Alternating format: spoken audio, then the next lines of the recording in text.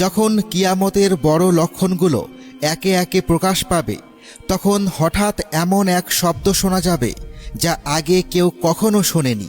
সেই শব্দ সমগ্র বিশ্বকে কাঁপিয়ে দিবে। সেটি হবে সিংগায় প্রথম ফুৎকার। আপনার পায়ের নিচের পৃথিবী প্রচণ্ডভাবে কাঁপতে শুরু করবে। মাথার উপরের শান্ত নীল আকাশ ছিন্ন ভিন্ন হয়ে যাবে। হাজার হাজার বছর ধরে স্থির দাঁড়িয়ে থাকা পাহাড়গুলো মুহূর্তেই তুলোর মতো উড়তে থাকবে। উত্তাল সমুদ্রের ঢেউ পাহাড়ের সমান উঁচু হয়ে উপকূলে আছড়ে পড়বে, আর আকাশের অগণিত নক্ষত্রগুলো একে একে খসে পড়বে। আমাদের চেনা জগতের সব কিছু সেদিন ভেঙে চুরমার হয়ে যাবে। প্রতিটি প্রাণ আতঙ্কে দিশেহারা হয়ে পড়বে। সেদিন মানুষ নিজের ভাই, মা, বাবা, স্ত্রী এবং সন্তানদের থেকে পালিয়ে বেড়াবে। প্রত্যেকে শুধু নিজের মুক্তির জন্য আমি আমি বলে চিৎকার করবে, কারণ সেদিন কেউ কারো থাকবে না। এটি সেই প্রতিশ্রুত বিচার দিবস। আল্লাহর আদেশে মৃত্যুর ফেরেশতা তার চূড়ান্ত দায়িত্ব পালন শুরু করবেন।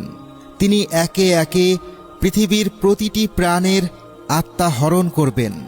মানুষ, পশু, জিন সবার আত্মা নেওয়ার পর সমগ্র পৃথিবী এক শীতল নিস্তব্ধতায় ডুবে যাবে। কিন্তু এখানেই শেষ নয়। এবার ফেরেশতাদেরও তাদের প্রভুর কাছে ফিরে যেতে হবে।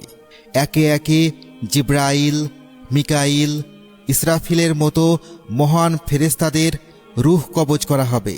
অবশেষে মৃত্যুর ফেরেশতা এক শূন্য প্রাণহীন মহাবিশ্বে একাকী দাঁড়িয়ে থাকবেন। তখন আল্লাহ আদেশ দিবেন, হে মৃত্যুর ফেরেশতা, তুমিও মৃত্যুবরণ করো।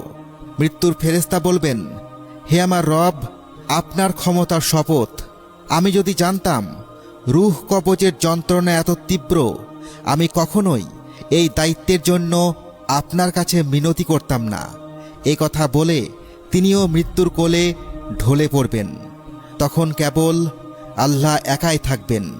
তিনি ঘোষণা করবেন, আজ রাজত্ব কার? কোনো উত্তর আসবে না।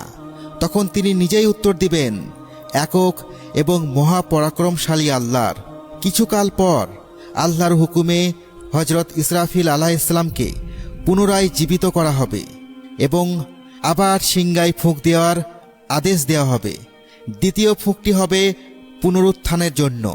সেই শব্দের সাথে সাথেই কবরগুলো ফেটে যাবে এবং শত শত বছরের ধুলোয় ঢাকা দেহগুলো আবার জীবন্ত হয়ে উঠে দাঁড়াবে।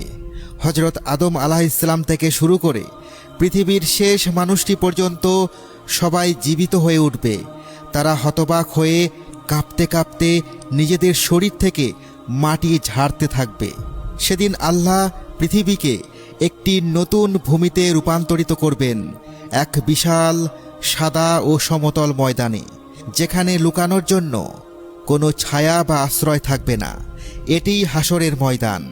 সমস্ত মানবজাতিকে তাদের নবীর পেছনে একত্রিত করা হবে এবং সবচেয়ে বড় দলটি হবে নবী মুহাম্মদ সাল্লাল্লাহু আলাইহি ওয়াসাল্লামের উম্মতের, যাদের চেহারা আলোয় ঝলমল করবে।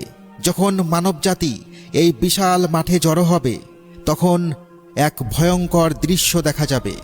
সূর্যকে আকাশ থেকে নামিয়ে মানুষের মাথার মাত্র 1 বিঘত উপরে আনা হবে।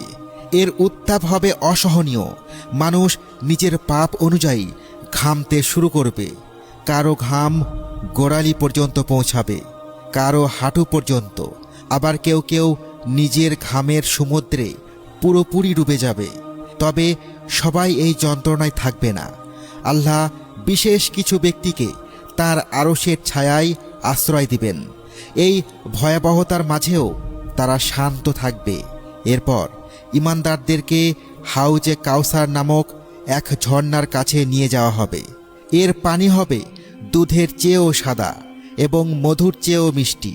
আমাদের প্রিয় নবী মুহাম্মদ সাল্লাল্লাহু আলাইহি ওয়াসাল্লাম ব্যক্তিগতভাবে তার অনুসারীদের এই পানি পান করাবেন।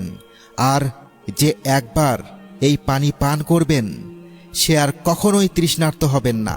বিচারের জন্য দীর্ঘ অপেক্ষায় মানুষ ক্লান্ত হয়ে নবীদের কাছে সুপারিশের জন্য ছুটে যাবে। তারা আদম, নূহ, ইব্রাহিম, মুসা এবং ঈসা আলাইহিসসালামের কাছে যাবে, কিন্তু প্রত্যেককেই আল্লাহর ভয়ে সেদিন সুপারিশ করতে অপারগতা প্রকাশ করবেন। অবশেষে সবাই নবী মুহাম্মদ সাল্লাল্লাহু আলাইহি ওয়াসাল্লামের কাছে আসবেন এবং তিনি বলবেন, আমিই এর জন্য। তিনি আল্লাহর আরশের সামনে সিজদায় পড়ে যাবেন।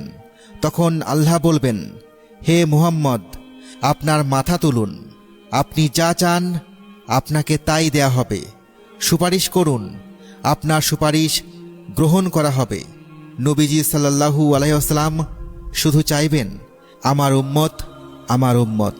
এর সাথেই বিচার শুরু হবে। আকাশ থেকে কোটি কোটি আমলনামা উড়ে আসতে থাকবে।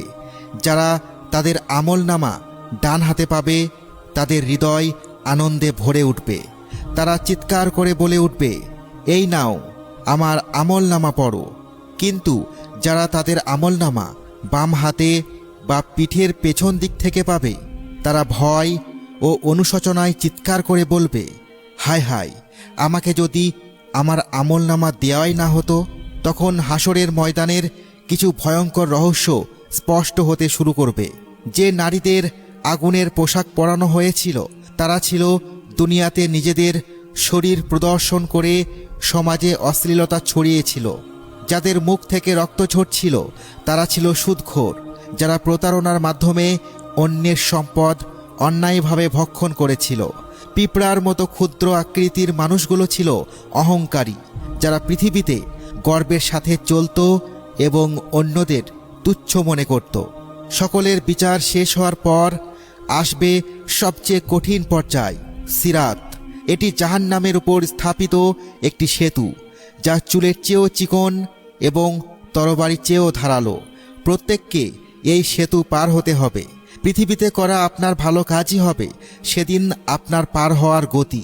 কেউ বিদ্যুতের গতিতে পার হবে, কেউ বাতাসের গতিতে পার হবে, আবার কেউ কেউ হামাগুড়ি দিয়ে পার হবে, আর অনেকেই পা পিছলে জাহান্নামের অতল গহ্বরে নিক্ষিপ্ত হবে।